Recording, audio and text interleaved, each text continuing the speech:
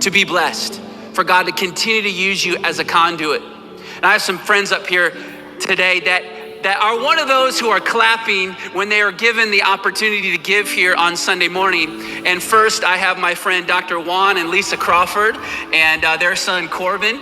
And it is good to have you here, my friend. And you've been a part of Lakewood for a long time.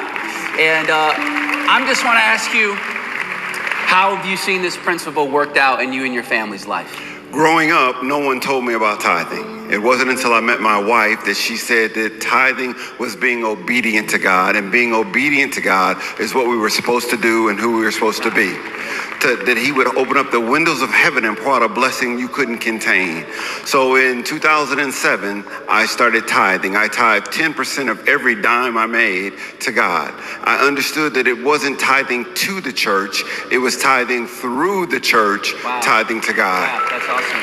In 2008, the housing market fell. And my wife wasn't working, my son was just one, and that year we brought in $27,000. But all the bills got paid. All the house notes got paid, all the car note got paid. And to this day, we don't know how we know it was God. It was God, it was God. I've been able to share tithing with my son, and when I asked as a teenager, what he said was that tithing was what we were supposed to do. It was already God's. And so when he gives, he understands that he's given to God what was already his. Yeah. Wow. And it's just it's brought us so much peace and so much joy in knowing that our faith is made stronger by tithing. Wow. And it was Dr. Lisa who got you going. Yes. So Mary Wright, fellas, is what he's essentially saying. And Corbin, we're proud of you too for your generosity and how you've stepped up and started giving as well and experiencing that.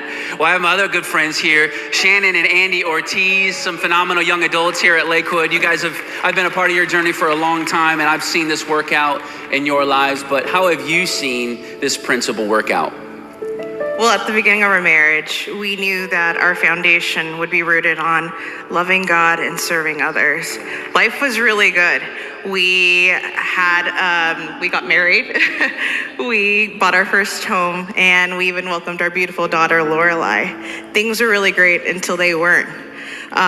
In the middle of 2023, the economy faltered, and we felt it firsthand. Andy, who had been a car salesman for 10 years, got hit hard.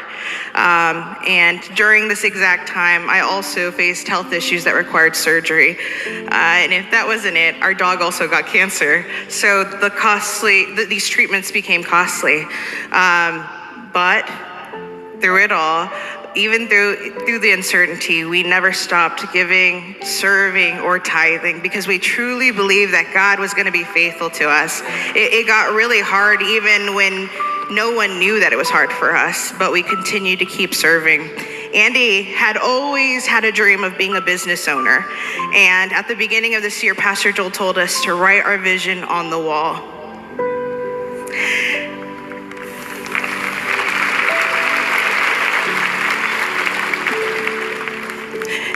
He felt led to fast early in this year. And I remember asking him, Andy, why are you fasting?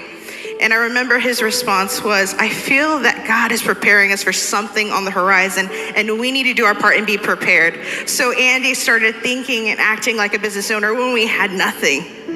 Fast forward 3 months ago, we launched our first roofing business.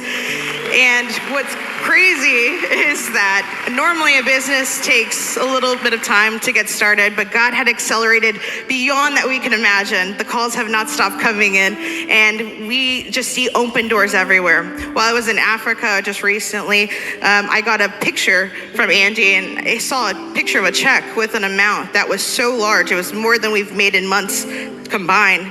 And when I asked him what it was, he responded, this is just the deposit. And in that moment, we knew that God had changed our lives forever. And because of his faithfulness and because we were faithful to him in serving and tithing, now we are living in the overflow of his blessings. Amazing. That's amazing, church. Wow. Both of these families can testify to God's faithfulness. And many of you can test to God's faithfulness. You know, Hope Rising, this idea that pastors put in front of us, this